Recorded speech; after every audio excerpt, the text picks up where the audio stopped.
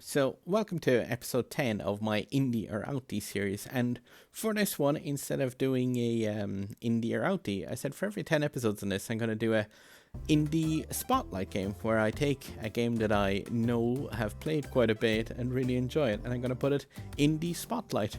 So for that one, for the first one of these, I've chosen Diggerman by Forever Entertainment, which is quite a cool little indie title.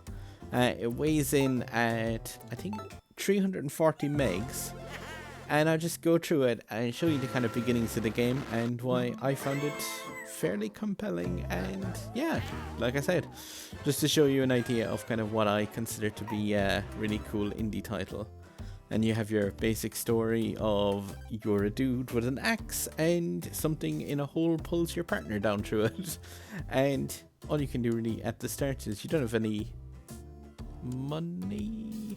No, you need money to upgrade, and you just have your first basic character and you can just go dig, and you're on your surface and you have items down below that you can see, and it is just L or R to dig down and to try to collect some of these items like these batteries and get crushed by a rock.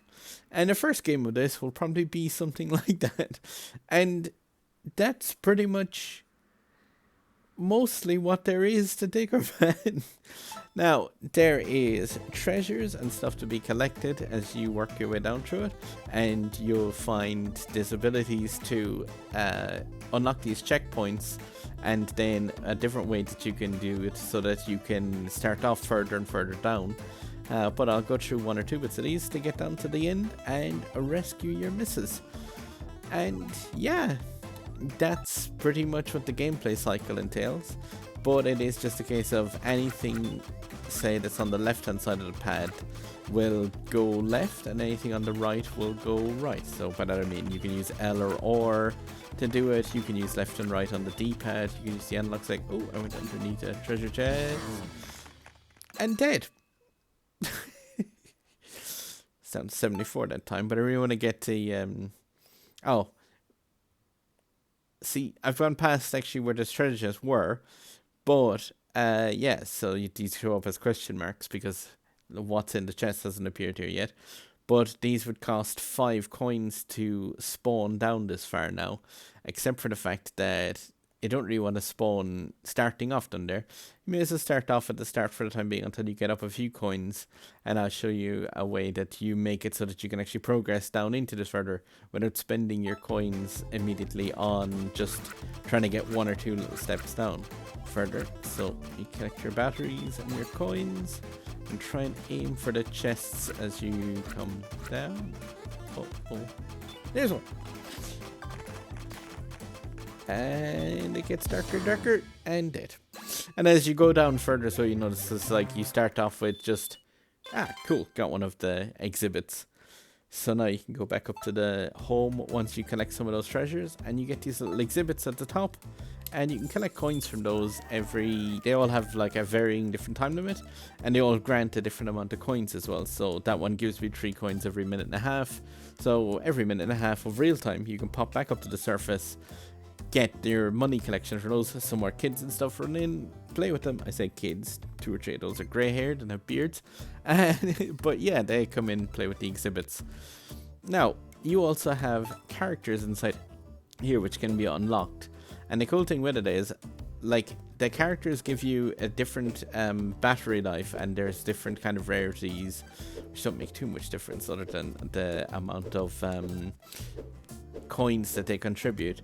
But yeah, when you say unlock this character which says 2 with the symbol of the mine on it, when the character gets unlocked, you don't even have to select it. Say, I'm just gonna select this one to use it. But now when you go back to go dig, say, it takes those 2 coins off of the price of starting further down. So now rather than 5 and 10, there's 3 and 2. So that way, the more characters you unlock, it lowers the price of starting further and further down. So as you unlock all of those characters, like, it costs you less and less, and you can actually get it so that it's free to begin further down the stages. Now, Oh, you can even see your little exhibits and the other characters up top when you start off. But yeah, it's just a case of you go down, you collect items and coins and try and get batteries and chests. Yay. And you try and get as far as possible until you get darkness and dead. And yeah, like, I'm kind of a kid of the 90s, so arcade games where they were very, very much a case of you try, you die, you try harder, you die a little bit later, were kind of what I grew up with. So I really like this kind of game. And yeah, it is really kind of compelling to have another go, try and get further down, try and line yourself up with those chests and see if you can't, like I said, unlock some more of the things. And yeah, there is also story, air quotes, except for the fact that I'm digging, to it, and that you're trying to get down further so that you can rescue the person who's down at 1,200, I think it said. Yay, new chests. And yeah, you see, like, there's lava now that you can dig into and rolling rocks, and you get a little toasty help logo in the corner. But one of the other cool things about this as well that Forever have included, new exhibit. Ooh. So we go back up to the top and I can collect again from my dino. And collect again, or for the first time, yeah. So I have a basketball exhibit as well. So people play basketball, and you see that one will take 2 minutes for 5 coins. And also they have it like where the dino is on level 2 now, and you can get more of that up to level 3 at max. And then they give you a small bit more coins per each time. But if I unlock another character now, I should be able to, yeah. So I can unlock him to take another 3 coins off. And I can't unlock that one next. But what you can do as well is you can upgrade the individual characters. I'll upgrade my nerd with his pencil here.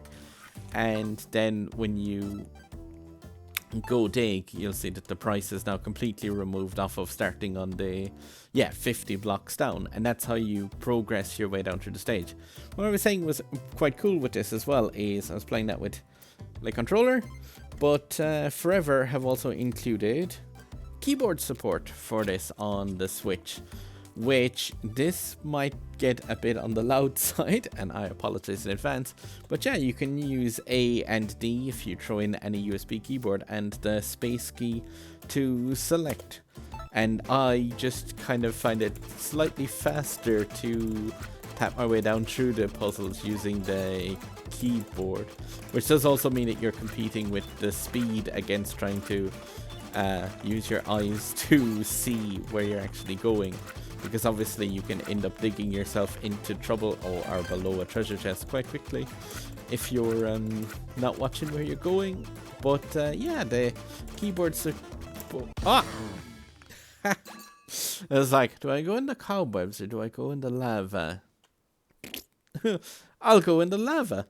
But yeah, that's the kind of cool, compelling thing with this game, is the fact that you'll do it, you'll play it, and then you'll mess up and go, I can do that bit better.